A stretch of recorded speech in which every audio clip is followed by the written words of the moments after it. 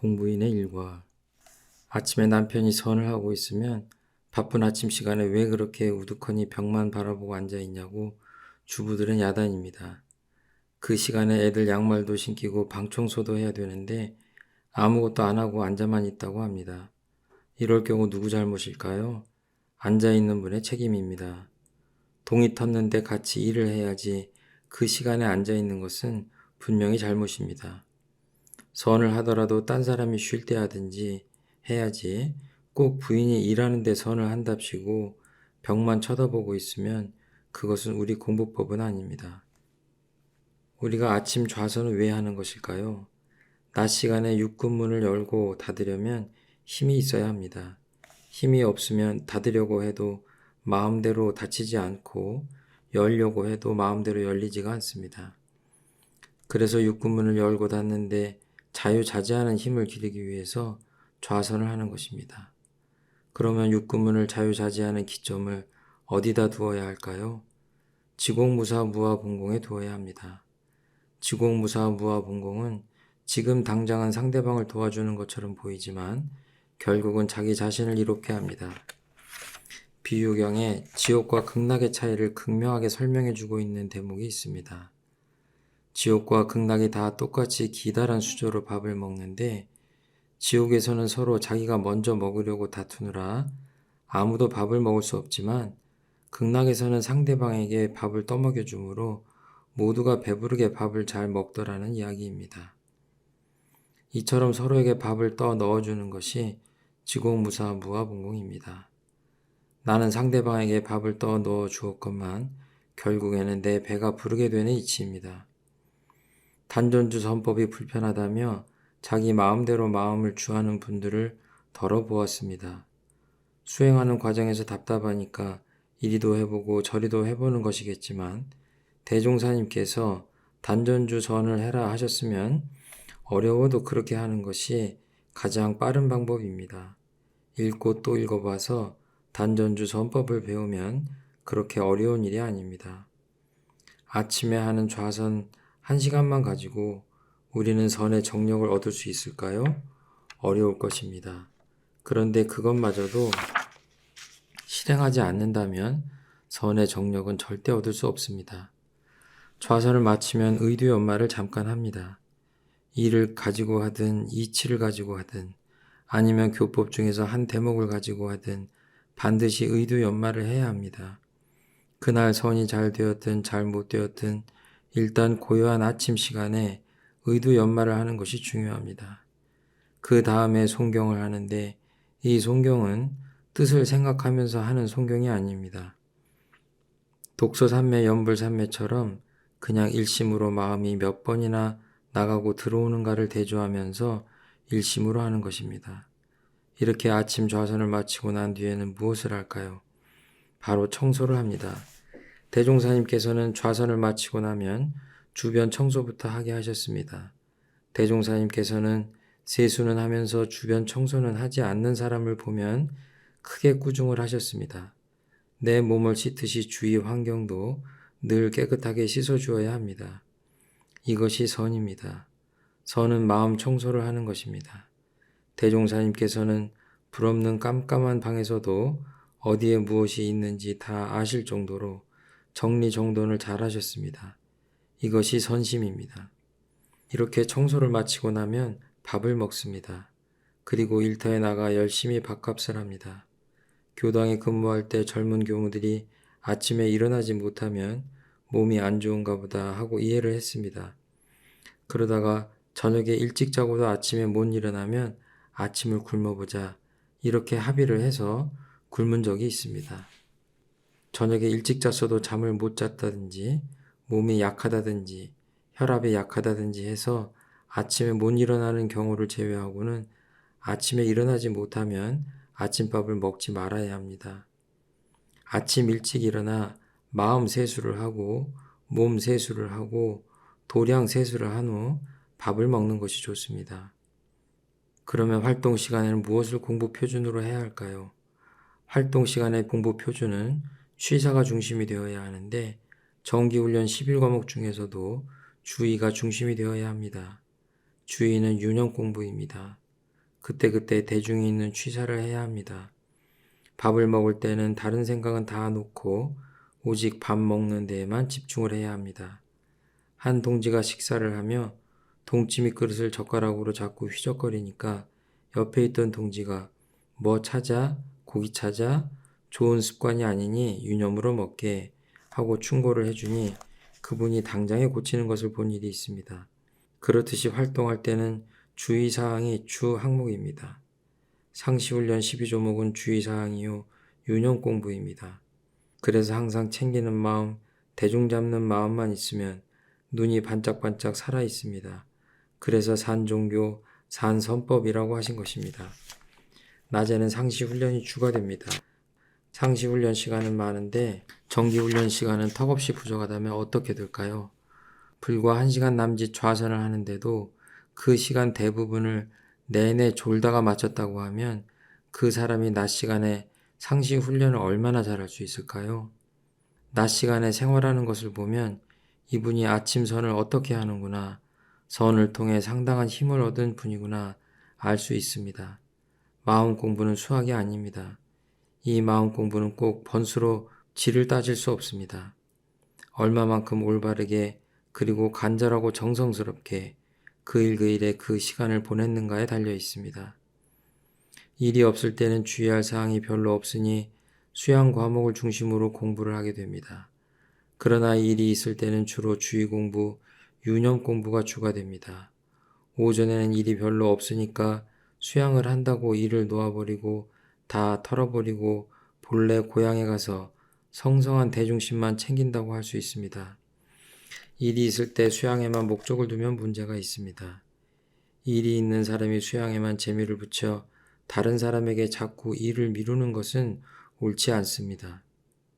하여튼 하루 일과를 시작했다 하면 청소할 때부터는 보은과 인과의 두 원리를 잊어버리지 않아야 합니다.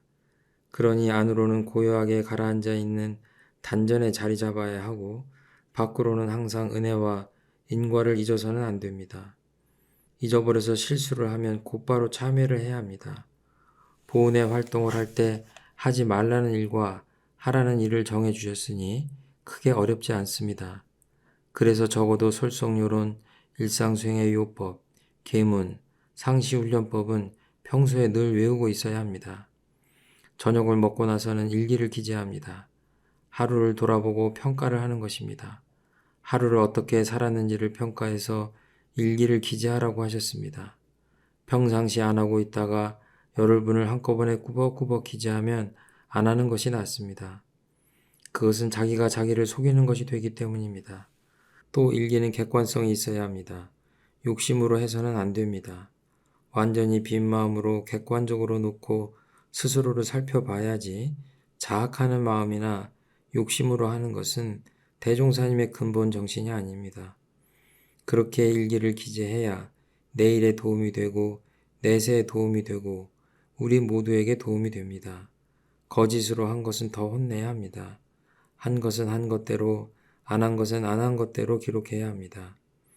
자기가 자기를 확실하게 책임져야 합니다.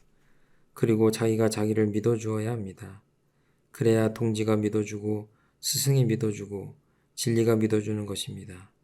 그리고 일기를 기재했든 못했든 일기는 제출을 하는 것이 맞습니다. 거짓 없이 있는 그대로의 사실을 제출해야 감정을 받을 수 있습니다. 대산종사님께서는 하루 종일 바쁘게 살면서 스트레스를 잔뜩 받고 집에 돌아왔는데 무슨 일기를 또 기재하라고 하느냐며 일기를 안 했으면 좋겠다는 사람에게 그러면 유무념 대조라도 해봐라. 하지 말라는 일과 하기로 한 일, 하지 않기로 한 일 등을 어떻게 실천했는지 대조해보라고 하셨습니다. 그런데 그런 것들을 한데 모아 저녁에 한꺼번에 점검을 하려고 하면 쉽지 않습니다. 그러니까 대종사님께서는 그때그때 태조사를 통해 기록을 하도록 하셨습니다. 그래서 대산종사님도 콩주머니를 가지고 다니며 일일이 대조를 하셨습니다. 하루하루를 지낼 때 그냥 무심히 지내지 말고 유무념 대조라도 해야 합니다.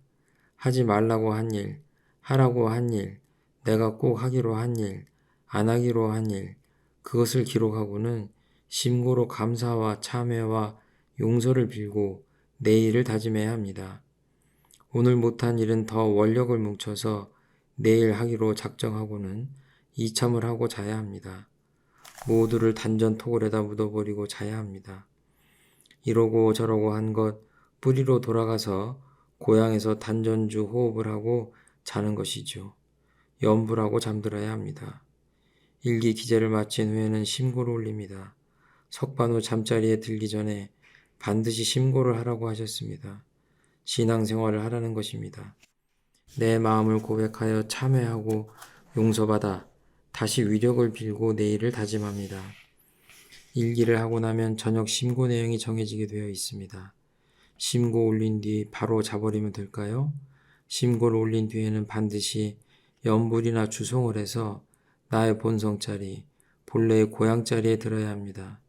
낮 시간에 활동하느라고 분별 식심으로 치연작용했던 부분을 다 정리하기 위한 이참을 하는 시간입니다. 일종의 입정산매입니다. 더 적극적으로 표현하면 열반이라고 합니다. 이로의 분별망상이나 꿈도 없이 잘 잘 수 있는 무여열반에 들도록 해주신 것입니다. 하루가 시작되는 기점은 어디일까요? 저녁입니다. 영리한 사람은 하루를 아침이 아니라 저녁에 시작합니다. 저녁을 어떻게 보내느냐에 따라 아침이 달라집니다. 아침을 어떻게 지내는가를 보면 그 사람이 저녁을 어떻게 지내는지 알 수 있습니다. 아침에 심고 올리고 선을 하는 것을 보면 이 사람이 저녁에 어떻게 지냈는지 알 수 있습니다. 누구나 앉아서 졸 수도 있지만 저녁 시간을 존저리 하면 졸지 않을 수 있습니다. 우리가 일기를 기재하는 것은 사참입니다.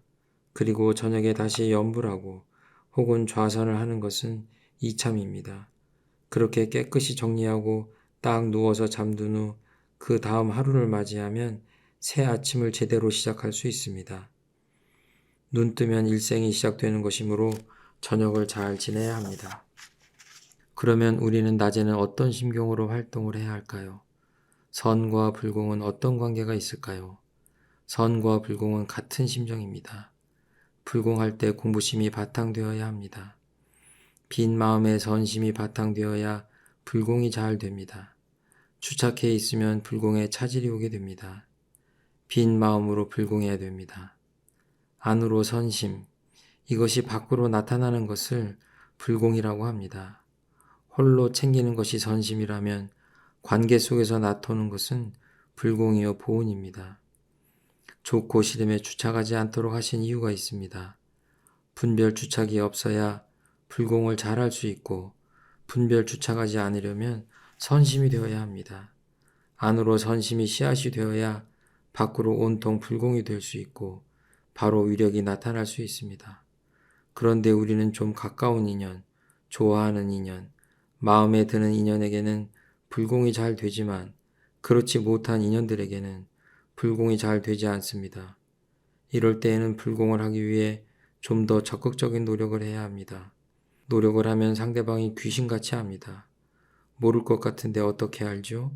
뿌리가 하나니까 그렇습니다. 저분이 공부하고 노력을 하고 있구나. 그 상대방도 공부하고 있으면 그것이 또 자극이 됩니다. 그래서 선하게 묶이지 않는 공부길, 동정에 구애받지 않는 공부길, 밝고 어두운 것, 어리석고 밝은데 구애받지 않는 공부길을 잡은 사람이 바로 끊임없는 공부길을 잡은 사람입니다. 수양을 하되 동정에 구애받지 않고 동할 때나 정할 때나 챙기는 마음길을 알고 선악을 다 스승으로 삼고 취하여 다 도움이 되도록 하는 그런 공부길을 잡은 사람, 그런 사람이 되어야 합니다. 앞으로는 대통령같이 지위 높은 사람이 귀인이 아니라 무아분공하는 사람이 귀인입니다.